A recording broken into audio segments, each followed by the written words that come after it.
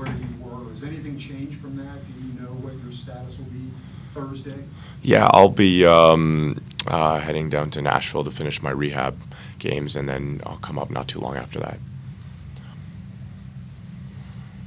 When was that decision made, and kind of what led you to that? The decision was made. Well, it was. We spoke about it, made the decision in person recently, very recently, and today.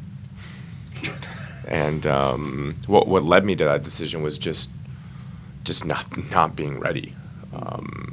Starting a good bit behind during spring training, still working through some of the rehab process, not accumulating enough time in the field, not accumulating enough at bats.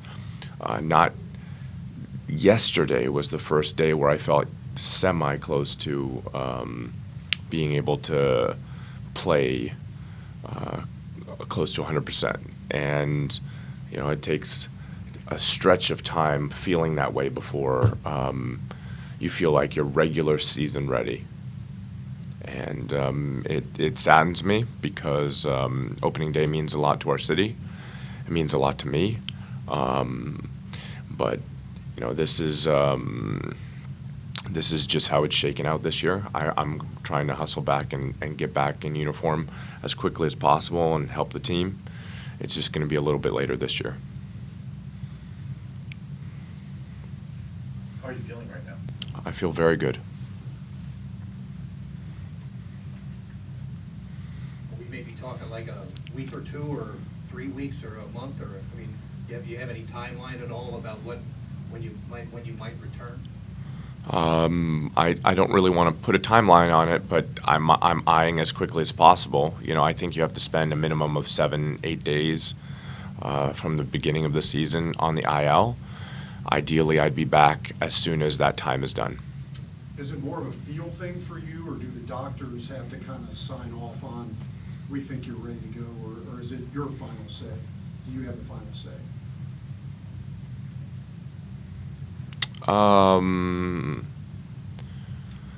So the doctors sign off when you start playing games again.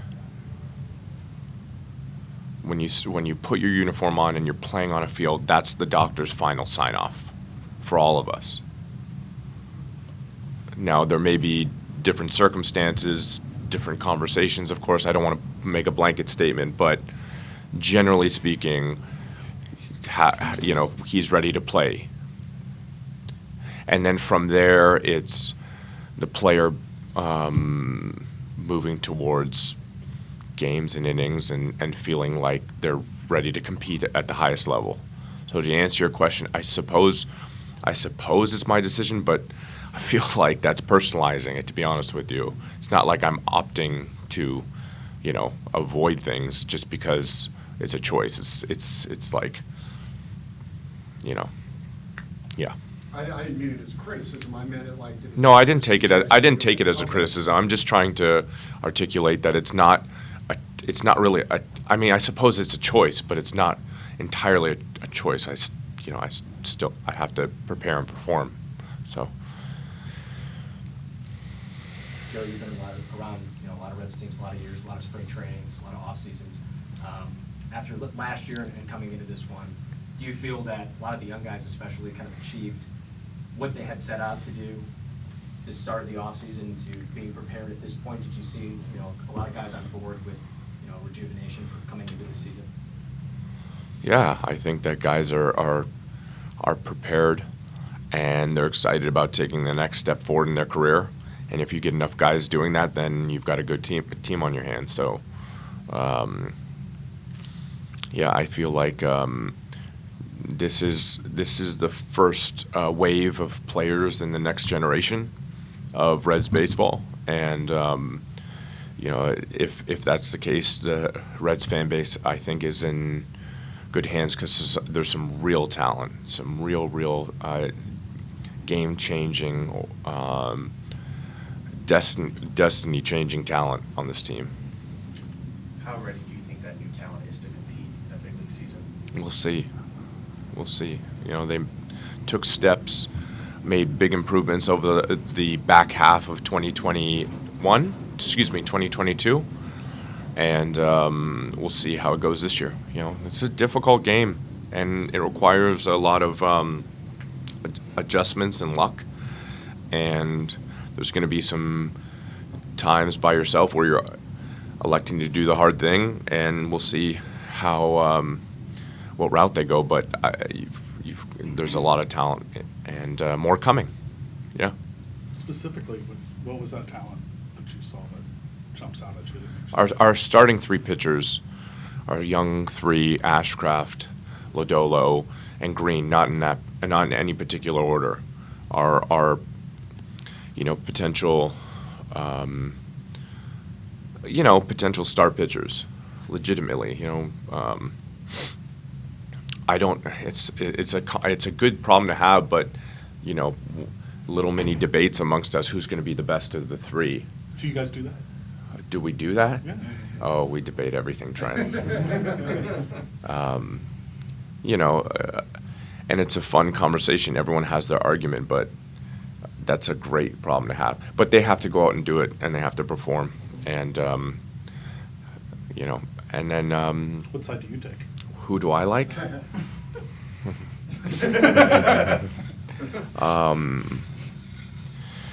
I'll say this. So I think Hunter Green has a tremendous amount of athleticism, and he's a very powerful pitcher. He wants to be great. Nick Lodolo is deceptive. I get the wildest feedback at first base in terms of, wow, this guy is such a handful to face from some of the best hitters. So that's a great sign. And then Ashcraft, who, may not have gotten as much fanfare and attention coming up,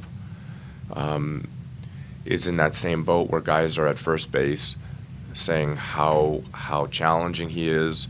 Players love playing behind him. He's a very good athlete. He wants to get better. He's gotten better. And all these guys are starting from such a high ceiling in terms of their stuff that you have to start from a high ceiling to make those adjustments and lose some of your stuff, but still have enough to compete or dominate at this level. And so, of the three, I'd probably say I like our closer Diaz. He's really good. Yeah.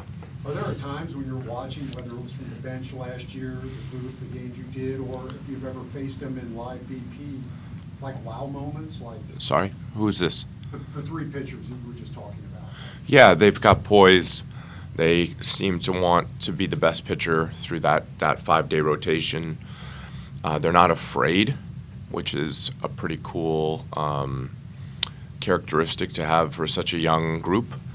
And I think they're all greedy and they want to be great, which is a good characteristic to have. So again, I'm speaking highly of them right now, but they have to go out and earn it. And it's players like this that can change the direction of an organization and move teams towards championships. So we're going to need a lot of players like those three. When's the last time you were this excited preseason about a Reds starting staff?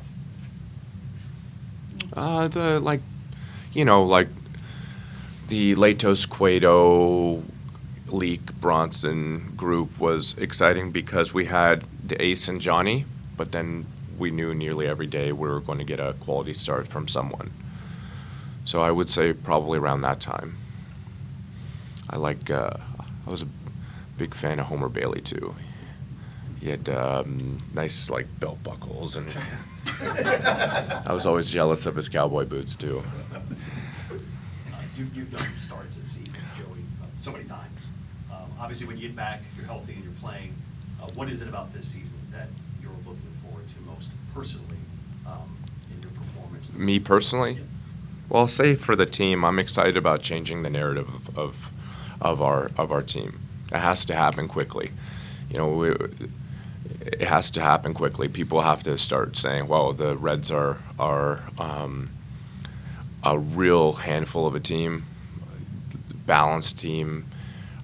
We don't like coming in town and facing them." I used to feel that way about the Pirates. The Pirates didn't have a fantastic lineup, but they knew how to get the most out of their team defensively. They ran the bases well, and most importantly, when it came to pitching, there was never an easy at bat. You were never comfortable, and there was like a fear factor to facing them back in I believe it was Clint Hurdle days with the Burnett's and the Larianos. So that's what I hope we have here eventually. But there's some potential star talent coming through position player wise. If you're asking about me, and you are asking about me personally, health, I look forward to, you only have so many moments where you get to like really come back and prove yourself right, and be able to look at yourself and say, wow, you did it. Just that little moment where you pat yourself on the shoulder and say, you did it. I'm looking forward to that. And those are probably my most satisfying moments of my adult life, my professional life. And yeah, I miss playing, in front of the fans here. I love competing, wearing the uniform. I love playing for Cincinnati. I love being a Red, and I'd like to play as often as possible. I'm approaching a couple thousand games. That'd be cool. Barry Larkin, who I worked next to in the broadcast booth in August and September last year, has I think 2,100, 2,200 games. I'd like to catch up to him. So, I just want to play. I just want to play and play well. Yeah. When you say people, you want them to start saying this is a tough Reds team. Who are you referring to exactly? Other teams. Yeah. There's something about knowing that, like, we don't like going into Cincinnati. This is not a fun place to play. Better get your hit, maybe snag a walk. Oof, that was a good day, sort of thing. And you'll play a good team, but you'll feel comfortable.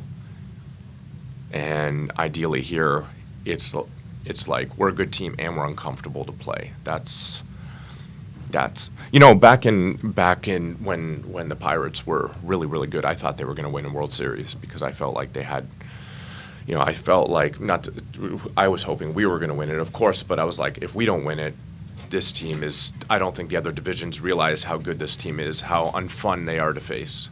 So, yeah. How do you create that X factor? You just got to be really good, just tenacious, attention to detail, and just play a fundamental style of game, but offer, give them nothing, leave nothing available for them to take advantage of. So. You noticed an increased athleticism with this team? Of course, yeah. Yeah. Sure, yeah. How does that help, that which you were just talking about, making you uncomfortable? I think that's a part of it, especially on the defensive end, pressure on the bases. But we'll see. We have to play. We have to play well. It's the guys that are really athletic have to play well, be able to stay on the field. Hopefully, they do. Thank you. Thank you all. Thanks, Joe. Butch, I'll follow you. Okay.